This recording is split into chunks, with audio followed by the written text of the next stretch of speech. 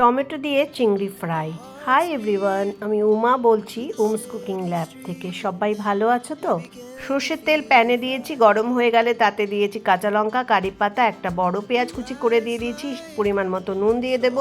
Soft হয়ে গেলে এর মধ্যে দেব দুটো টমেটো লম্বা লম্বা করে কেটে দিয়ে দেবো। আর এর মধ্যে মেশাবো 4-5টা চিংড়ি মাছ কুচি করে, বেশি কিন্তু লাগবে না।